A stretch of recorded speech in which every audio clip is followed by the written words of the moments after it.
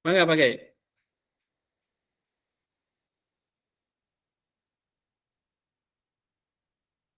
Suaranya pakai tidak ada. Halo Pak Dokter, izin. Mangga.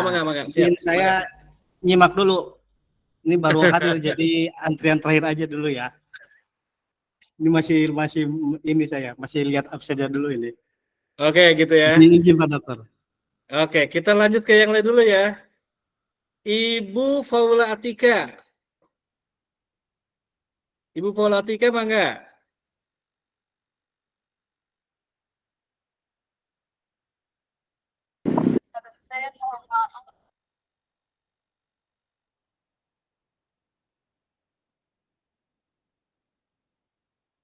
Ibu Faula Atika, silakan.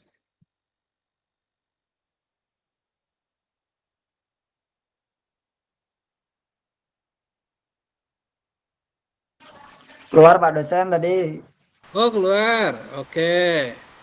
Ibu Neneng Hasanah.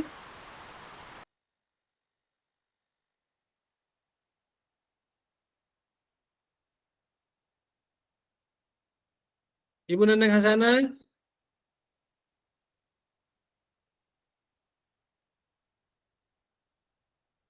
Oke, kita lanjut kepada Bapak Ahmad Firdaus. Mangga Bapak Ahmad Firdaus. Ya, baik Pak. Terima kasih atas waktunya. Mungkin untuk pemikiran teles saya masih membaca-baca Pak. Saya belum terlalu paham ya masih terkait filsafat ini. Jadi saya lebih baik mendengarkan dulu sama kiai-kiai yang lain Pak, termasuk Bapak. Oke. Saya lagi baca-baca juga ini sama sih. Oh gitu ya. Iya. Nanti Bapak bacanya di YouTube juga bisa, di internet bisa. Iya Pak. Heeh. Maaf ya Pak ya, maaf ya. Kemudian, oke, mangga. Pak Muhammad Lukmanul. Mangga, pakai Muhammad Lukmanul. Iya Pak Dosen. Mangga, silakan. Jadi apa namanya agak ini Pak, agak terganggu dengan pendapat Kiai Engkos. Oh gitu. Luar biasa. Ini gimana jadi terganggu gitu ini?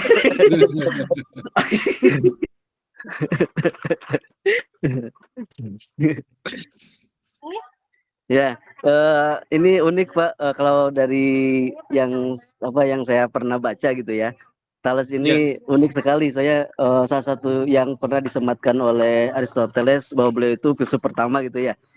Eh, saya pernah baca satu dari beliau itu menyimpulkan bahwa setiap yang ada di alam itu terbuat dari air atau manusia lah.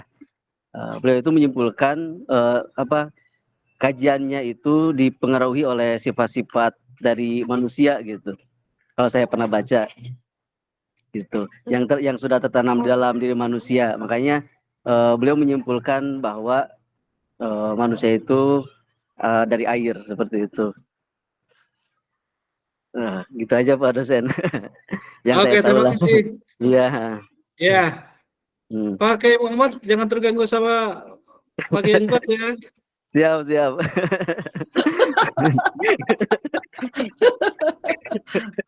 Iya.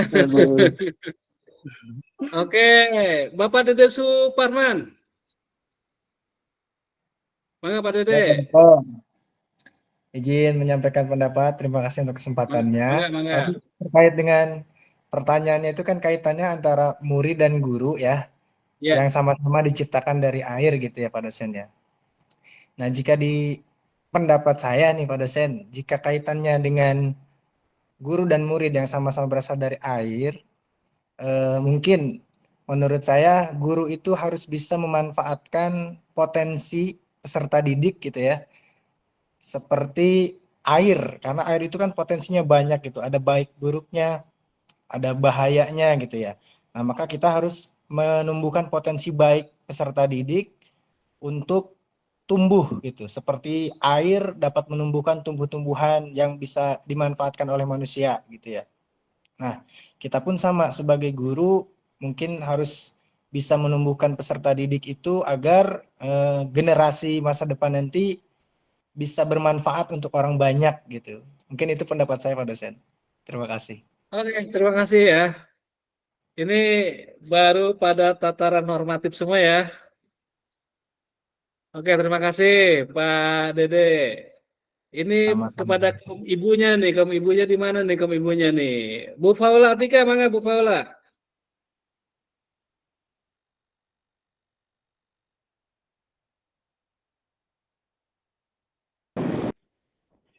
Pak dosen, mohon maaf saya Oke, mangga Bu Faula. sudah.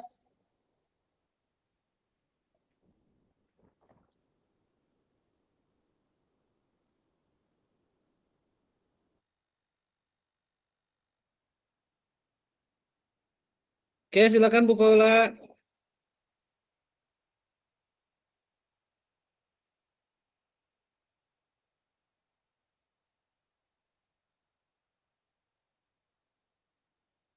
Pak Ustad Rahman.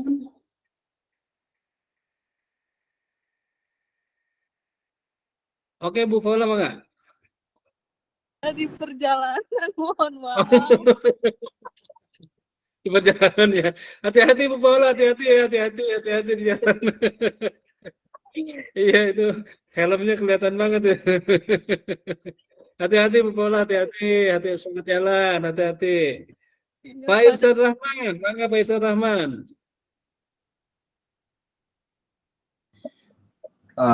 Maaf Pak, saya sedang baru buka-buka juga ini baca-baca tentang pengantar filsafat ilmu. Jadi mungkin saya cukup mendengarkan dulu Pak. Oke, terima kasih. Pak Yusuf Maulana. Pak Yusuf Maulana mangga.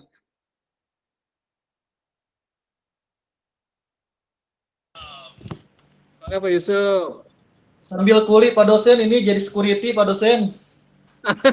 Mantap, mantap. Sukses. Ya, nggak apa-apa kan Pak Sukses dosen itu. ya. Ya, mangga.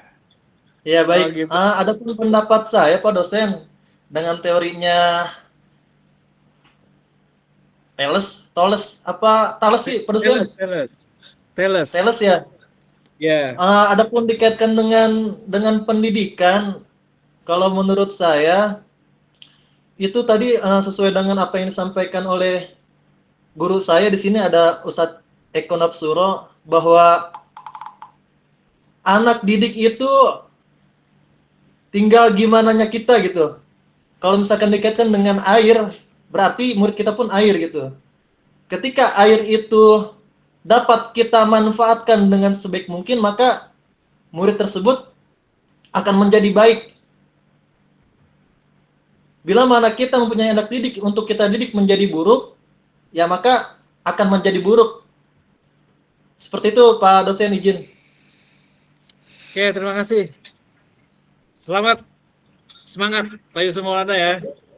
Siap Pak dosen. Ya, 2 tahun lagi wisuda. MPD. Amin Pak dosen, amin. Ya pakai engkos ya. Bisa Nanti nggak mau setahun pakai setengah engkos, Pak dosen? Lan? Oh. Jangan 2 tahun dah.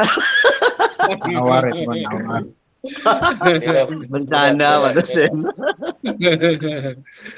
Oke, iya Pak Yusuf Maulana, terima kasih. Bu Siti Zakia, mangga Bu Siti Zakia.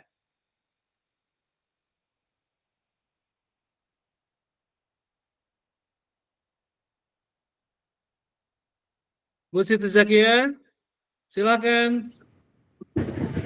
Mohon izin Pak dosen, ini lagi di jalan dulu Pak dosen, mohon izin. Tapi Oke, sambil selamat. ngedengar.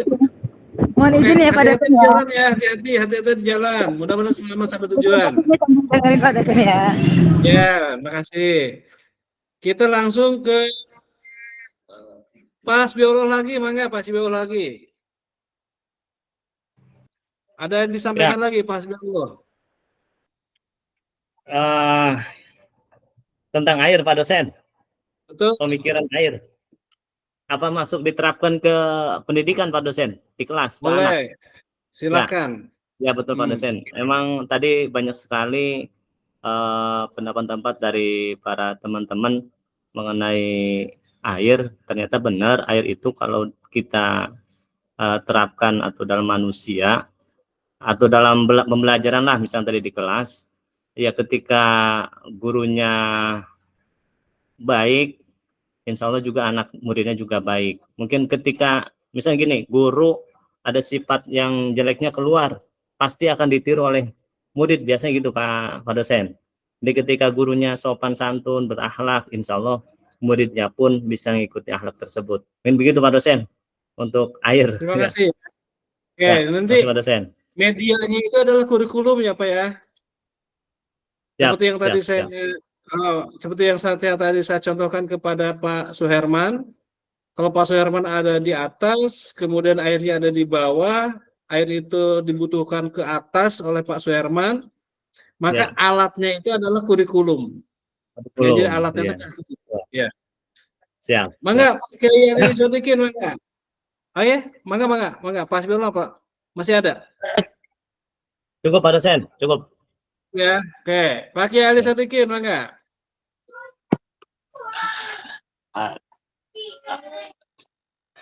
Baik, menambahkan sedikit, sifat air itu sangatlah cair, gitu ya. Tapi bisa menjadi padat apabila terkena suhu yang sangat dingin dan ekstrim. Jadi dari sini mungkin dapat diambil hikmah untuk bisa mengelola air dengan baik, karena kalau tidak bisa dikelola dengan baik akan mendatangkan bencana atau musibah. Mohon maaf Pak dosen. Ya, terima kasih. Pak Kiai Engkos banget. Tambah lagi Pak Kiai Engkos.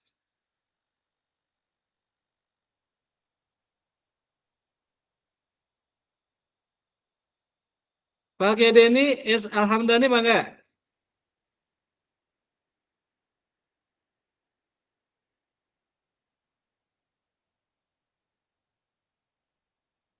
Mangga Pak Kiai Engkos, ditambah lagi. Cukup dulu Pak dosen. Cukup Jadi dulu. kaitan dengan air memang sangat luar biasa lah. Pembahasannya pasti akan melebar ya Pak dosen ya.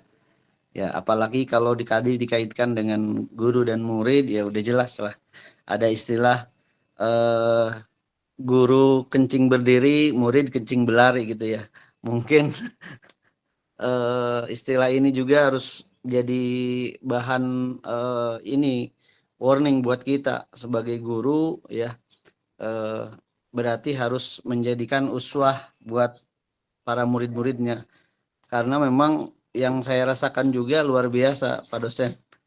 Sebetulnya berat jadi guru itu karena kurang-kurangnya mah kita kadang-kadang ya, kita yang ngasih tahu anak malah kadang-kadang kita juga ada kelupaannya gitu. Ya mudah-mudahan saya sih yakin ini guru-guru yang hadir di yang sama-sama di kelas ini sangat luar biasa, para kiai-kiai yang sangat luar biasa. Banyak senior juga nih, senior saya di sini luar biasa lah. Mudah-mudahan kita menjadi uswah bagi khususnya mungkin putra-putri ketika di rumah dan di sekolah atau di madrasah, di pesantren, uswah buat murid-murid kita. Begitu Pak dosen. Amin. Oke, terima kasih, mangga. Atur nuhun Pak Engkos. Pak Kiai Deni mangga. Izin sebelumnya Pak dosen. Kalau yang saya lihat dari pemahaman Thales ini adalah dia kan filsuf yang filsuf pertama yang berpandangan bahwa alam ini adalah objek paling vital atau yang paling menentukan di bumi ini. Dan salah satunya yang dia sebutkan adalah air. Karena menurut Thales ini kan air ini bentuknya tidak terpengaruh oleh masukan dari luar. Jadi dia mengalir, dia menyusuri sungai misalnya kan, air itu atau hujan itu jatuh menyusuri sungai. Jadi itu merupakan bagian dari apa? Bagian dari kita juga sebagai manusia, bahwa kalau memang dasarnya kita melihat air ini sebagai satu kebutuhan, berarti ini bagian yang terpenting dalam kehidupan kita. Itu kurang lebih yang saya sedikit pahami dari pemikiran Teres ini, Pak Dokter. Terima Oke, kasih. terima kasih ya. Oke, terima kasih. Pak Ustadz Eko Napsuro, mangga Pak Ustadz Eko. Ditambah lagi Pak Ustadz, mangga. Assalamualaikum warahmatullahi wabarakatuh. Waalaikumsalam warahmatullahi wabarakatuh. Menambahkan saja, Pak dosen cerita tentang air seperti ceritanya Ibnu Hajar. Nah, Ibnu Hajar itu merasa belat sehingga dia pulang dari pondok. Ketika pulang dari pondok, kemudian dia merenung di bawah pohon sambil melihat tetesan-tetesan air yang menimpah batu. Betapa lembutnya air dan betapa kerasnya batu, tapi ternyata dengan cara istiqomah batu bisa berlubang. Di situ kita bisa belajar dengan air. Ternyata air itu punya pengaruh yang sangat besar. Begitu juga dengan seorang guru, bisa menciptakan anak itu baik atau buruk tergantung gurunya. Itu saja tambahannya Pak Dosen. Assalamualaikum. Oke, terima kasih Pak Ustadz. Ya, betul, bagus sekali. Betul sekali, bagus sekali. Ada sejarahnya ya. Pak Suherman, mangga ditambah lagi Pak Suherman, punten. Oke, baik Pak dosen, menyimak dari beberapa tanggapan dari senior juga dan juga banyak ini di sini, alhamdulillah. Jadi intinya berkaitan dengan pemikiran dalam pendidikan Islam ini, masalah air yang tadi dikatakan oleh Teres, bahwa sesungguhnya air itu bisa menempati apa saja yang menurut mereka berdasarkan tempatnya. Jadi air itu akan terlihat, akan terbentuk seperti apa yang jadi wadahnya. Misalkan dia ada di botol, akan jadi botol. Misalkan dalam sebuah ember, dia akan jadi ember. Jadi intinya kita sebagai seorang guru bisa membentuk anak-anak kita seperti apa saja bisa gitu. Bagaimana wadah yang bisa kita berikan kepada anak didik kita gitu ya. Yang tadi dikatakan juga sama, bagaimana air itu mengalir. Ketika air itu mengalir ada hambatan, maka akan menjadi bahaya kan gitu. Artinya ketika sesuatu ada yang dihambat, maka harus dikasih jalan agar air itu tetap mengalir sehingga sampai kepada tujuan yang diinginkan gitu. Mungkin itu tambahannya Pak dosen, terima kasih. Oke, mangga, terima kasih. Saya ingin memberikan gambaran saja. Nah, jadi kan filsafat itu cinta kepada kebenaran. Jadi kalau kita cinta kepada kebenaran, kaitannya dengan filsafat dari Thales itu, dan kaitannya dengan tadi pendapat dari Pak Suherman itu tergantung dari wadahnya, maka anak didik kita di PAUD, nah, itu harus kita pandang bahwa PAUD itu ada sesuatu yang benar.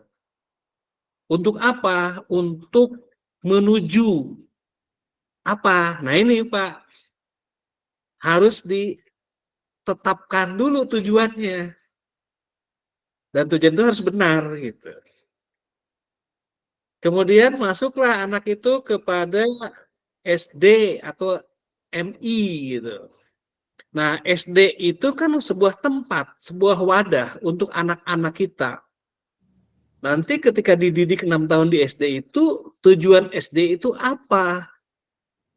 Yeah. Tujuan MI itu apa? Apa harus sama tujuan SD dengan MI?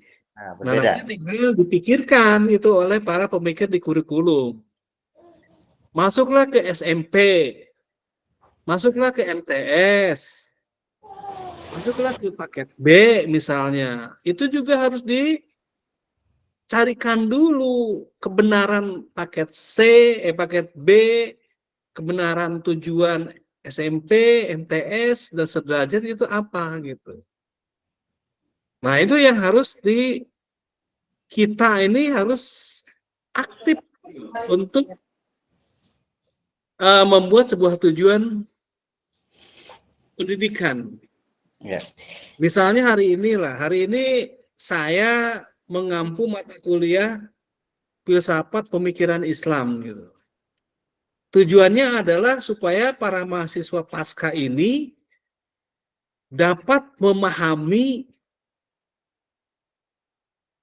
pikiran-pikiran penting daripada para filosof gitu. Nah, pikiran-pikiran penting dari para filosof ini nanti bisa digunakan sebagai alat untuk menentukan tujuan-tujuan hidup kita selanjutnya gitu. Kalau di pendidikan ya tujuan pendidikan gitu. Seperti itu, Pak. Nah, itu nanti dibahasnya dalam kurikulum dan kita harus yakin. Nah, kembali lagi kepada guru. Nah, guru kan diberikan kebebasan oleh pemerintah. Misalnya dengan Undang-Undang Nomor 19 tahun 2005 gitu. Tahun 2015 gitu. Itu tentang BSNP, Badan Standar Nasional Pendidikan. Jadi pendidikan di Indonesia itu diatur dalam 8 standar. Ya seperti itu. Nah, para guru itu harus memahami 8 standar itu. Kepala sekolah harus memahami 8 standar itu. Bagaimana kalau dengan pondok pesantren? Nah, kalau pondok pesantren itu diberi kebebasan. Boleh memahami atau boleh tidak memahami. Nah, cuma saran saya adalah karena undang-undang itu adalah bagus gitu, ya tidak ada salahnya dibaca saja. Bisa diterapkan atau tidak diterapkan ya urusan masing-masing gitu. Nah, dibaca saja seperti itu ya. Oke, terima kasih. Ya, jadi itu adalah tentang air ya, tentang air. Maka kalau yang seusia saya gitu, dulu pada zamannya Pak Harto itu ada 8 gatra kepemimpinan.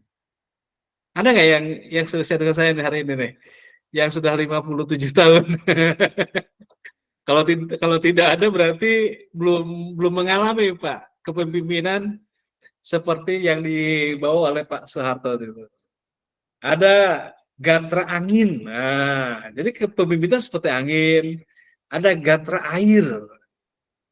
Ada gatra bintang, gatra matahari, gatra bulan, gatra bumi, 8 gatra gitu. Jadi seorang pemimpin itu menurut filosofi yang berkembang di tanah air kita itu ada 8 gatra gitu. Oke, kita lanjut kepada Bapak Soleh. Pak Soleh, mangga Pak Soleh.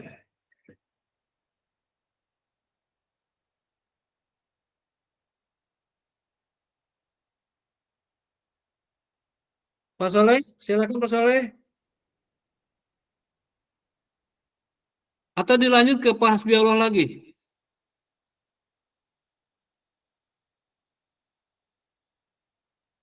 Mangga Pak Hasbiullah. Siap, Pak dosen. Mangga, silakan. Siap. Jadi kan air, masih tentang air Pak. Air itu kan akan memiliki bentuk sesuai dengan wadahnya tempat. gitu. Nah ya, pertanyaannya adalah siapa yang harus membuat wadah itu? Ini kita cerita di sekolah nih Pak. Siap. Ada guru, ada murid gitu. Siapa yang harus membuat wadah itu? Mangga. Ya, Pak dosen, terima kasih. Yang pertama tadi kan tujuan pendidikan Pak dosen ya mengenai ke siswa atau di sekolah. Itu mungkin kita lihat dari visi misi sekolah terlebih dahulu Pak dosen. Ya, terutama di sekolah kami akan yaitu visi misinya dulu membentuk akhlakul karimah. Nah, pelaksanaannya berarti di kelas, berarti guru itu sumber dari transfer ilmu dan juga akhlakul karimahnya atau uswah yang tadi dibicarakan. Jadi ketika murid melihat gurunya sesuai dengan akhlak yang bagus, insya Allah nanti muridnya juga bisa membentuk karakter atau wadah seperti guru tersebut. Nah, untuk nanti ketika muridnya mau seperti apa, berarti tergantung nanti guru menyampaikan materi pelajaran dan sekaligus memberikan contoh akhlak yang baik terhadap muridnya di kelas. Itu Pak dosen. Insya Allah nanti ke depannya murid pun akan bisa melihat guru saya itu seperti ini di kelas, guru saya itu seperti itu di kelas. Ketika gurunya bagus, insya Allah muridnya pun akan ingat membentuk karakter murid yang baik juga Pak dosen. Itu pemahaman saya Pak dosen. Oke, terima kasih ya. Ya, Jadi siap Pak dosen. siapa yang menciptakan wadah itu gitu untuk air? Nah, yang menciptakan wadah kata Pak Hasbiollah itu diawali dengan visi misi ya. Guru, misi betul. Nah, diawali dengan visi misi gitu. Nah, permasalahannya adalah kalau kita berkaitan dengan filosofi, bahwa visi misi itu memang harus dianggap benar, Pak. Gitu. Ya. Nah, sekarang masalahnya adalah apakah visi misi itu dianggap benar atau masih ragu dengan visi misi itu yang ada di setiap sekolah itu. Nah, balik lagi kepada filsafat, filsafat itu adalah sesuatu yang cinta terhadap kebenaran, berarti cinta terhadap benarnya visi misi itu. Gitu.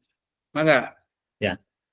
Ya, mungkin gini Pak dosen, ketika berjalannya waktu, ya kita membuat visi misi, misalkan berakhlakul karimah untuk para siswanya, itu nanti dilihat dari outputnya Pak dosen. Ketika ada alumni, misalkan yang akhlaknya bagus, nah mungkin di situ akan muncullah kebenaran bahwa DMI itu visi misinya betul, anak itu akan membentuk akhlakul karimah, itu Pak dosen.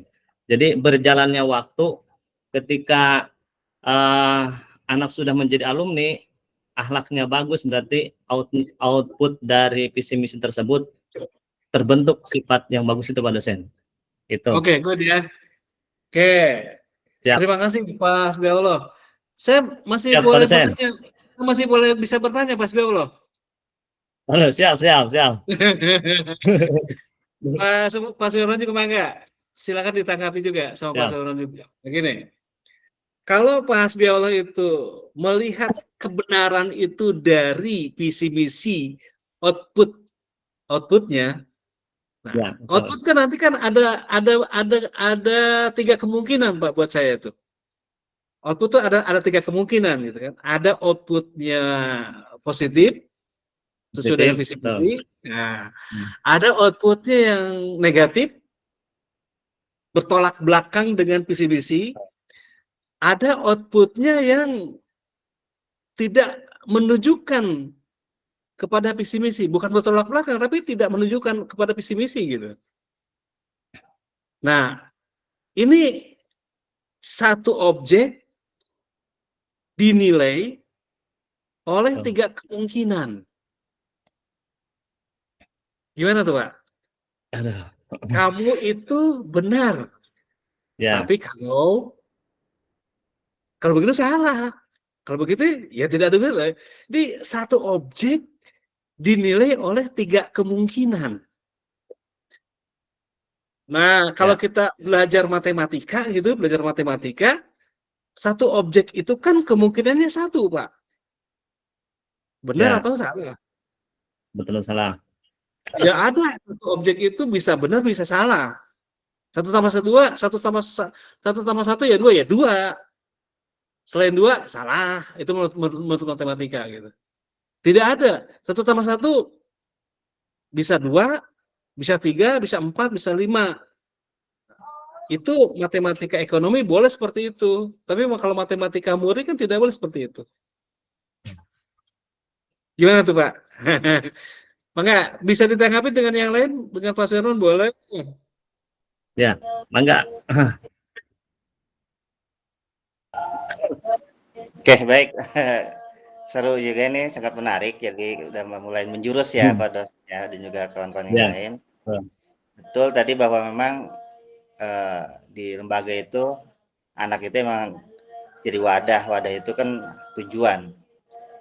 Ya, tujuan untuk membuat wadah itu ya tadi betul diawali dari visi misi yang sudah disampaikan oleh Pak Hasbiollah. tetapi visi misi tersebut nanti akan mengacu kepada tujuan yang sudah diatur oleh pemerintah, gitu ya. Yang di dalamnya yang kalau kita kenal sekarang itu adalah KI dan KD, gitu. Nanti di setiap jenjang atau setiap tingkatan itu pasti akan berbeda-beda KI dan KD-nya, gitu.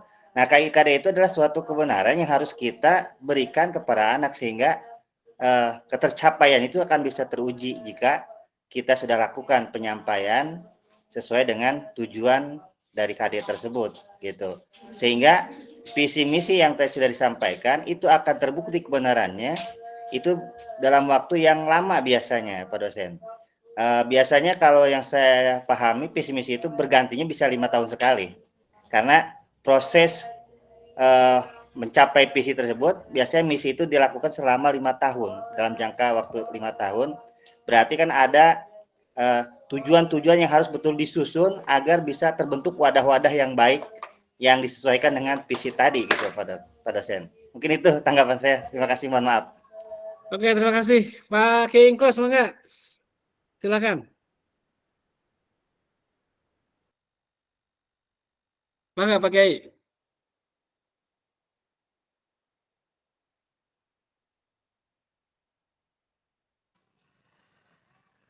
Baik, menarik ini tadi yang disampaikan oleh Pak Kiai Suherman ini ya, kaitan dengan visi misi ya. Memang betul yang namanya suatu lembaga ini harus mempunyai tujuan yang memang jelas. Dan tujuan itu mungkin tadi sudah jelas disampaikan juga harus memiliki visi dan misi yang jelas juga ya, agar suatu lembaga atau yayasan ini mencetak sesuai dengan visi misi yang memang sudah dibuat. Jadi tidak keluar daripada visi misi tersebut. Cuman memang fenomenanya kadang-kadang suatu yayasan ataupun lembaga ini kadang-kadang visi ya ada, misi ada, cuman tidak diindahkan visi misinya, yang pada akhirnya tujuan yang siogianya dicapai ini ya tidak maksimal gitu ya. Nah mungkin di sini berarti kita sebagai guru ataupun memang di sini mungkin ada yang memiliki lembaga ataupun yayasan, ini harus berpegang teguh kepada tujuan dan visi misi itu sendiri agar hasil daripada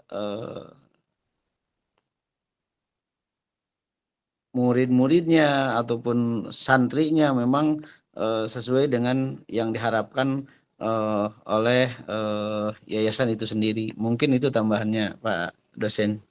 Oke, terima kasih ya. Pak Asbiaullah, terima kasih. Pak Suherman, terima kasih. Pak Engkos, Pak Kiai Engkos, terima kasih. Cuma yang belum terjawab itu adalah yang belum terjawab itu adalah keberhasilan gitu. Apa keberhasilan output sesuai dengan visi misi gitu, Pak. Kan ini kan awalnya diawali dengan Pak Asbiaullah tuh. Visi misi ada. Kemudian dilakukanlah sebuah pelaksanaan kegiatan. Hasil itu adalah nunggu gitu, nunggu kalau ada hasilnya sesuai ya sesuai, kalau enggak ya enggak gitu. Maksud saya gini, kenapa visi misi itu tidak mampu sampai kepada output yang kita harapkan gitu Pak? Maksudnya gini, karena kita yang bicara filsafat, jadi visi misi itu harus dianggap benar, bahwa output itu pasti akan sesuai dengan apa yang dituliskan gitu loh. Nah, tuntun para kiai, para ustazah, maksud saya harus sampai ke situ gitu. Nah, ini kita diskusikan lagi coba. Pas Biolo gimana nih? Mungkin gini Pak dosen, kaitan tadi mengenai output siswa itu berhasil atau tidaknya. nanti kita bisa lihat dari ketika, jadi Pak dosen, kalau kami kan untuk mencari murid itu kita ini aja Pak dosen ya, sharing aja Pak dosen. Karena Ya, kita Mak. kan MI juga kan butuh murid ya. Jadi kita ada kerjasama di antar TK atau RA Pak dosen. Nah itu nanti ketika anak TK, lulusan TK atau RA masuk ke MI, kemudian baru lulus dari MI, ada yang udah berhasil, berarti itu visi misi kita, tujuan kita berahlul kalimah itu tercapai Pak dosen. Jadi lewat nanya ke sekolah alumni sebelumnya gitu di TK tersebut. Jadi kita untuk kerjasama sama TK itu masih tetap berjalan Pak dosen. Itu yang pertama, mungkin ketika ditanya anaknya berhasil atau tidak, itu bisa ditanyakan nanti ke alumni sebelumnya atau di TK atau RA gitu dosen. Jadi lebih mengerucut ke output hasil anaknya Pak dosen. Jadi alumni. Oke. Itu Pak dosen. Oke. Ya, pemahaman saya Pak dosen. Maaf. Ya. Oke. Ya. Terima kasih. Nah, kalau mau ditetapkan gini barangkali Pak, ini diskusi saja. Kalau Ya. menetapkan barangkali begini Pak, tetapkan saja sama Bapak itu visi misi ini akan tercapai 60%, 70%, atau 5%. Kan lebih enak tuh. Ya. Barangkali begitu. Jadi ada angkanya teman nanti itu. Ada angkanya ya. Nah ini Siap. angka ini sangat melindungi guru Pak. Jadi guru tidak akan pernah dipersalahkan oleh siapapun. Karena memang kalau sudah tercapai 60% ya sudah. Guru sudah melakukan sesuatu yang benar. Kalau tercapai 70% ya sudah. Berarti guru sudah melakukan hal yang benar gitu loh. Ya. Jangan sampai ada ini kenapa enggak gitu. Ya lihat aja. Gitu ya. Kira-kira kayak gitu lah. Perlindungan buat gurunya gitu. Ya betul. Ya. Nah, oke ya, terima kasih. Terima kasih. Yang lainnya siapa nih? Pak Ahmad Firdaus.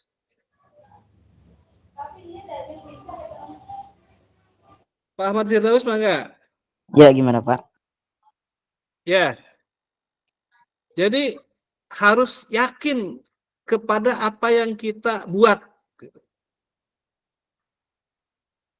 Termasuk konsekuensi dari perbuatan kita gitu. Terus gimana Pak? Maksudnya maaf. Ya, mangga.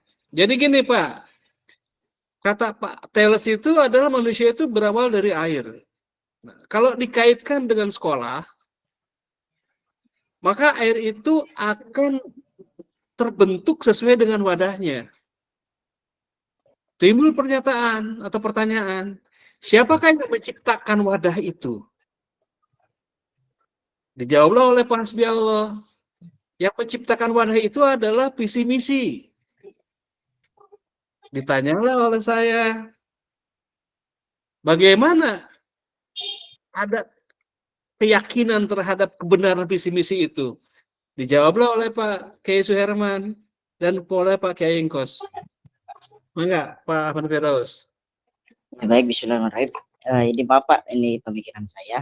Yang pertama untuk menciptakan wadah, otomatis dari pemerintahnya dulu ya Pak ya, terkait tujuan pendidikannya, turun ke madrasah, dan di madrasah seperti tadi Pak Hasbi Allah bilang dan Pak Kiai Suherman dan Pak Kos, dibuatkan visi misi yang memang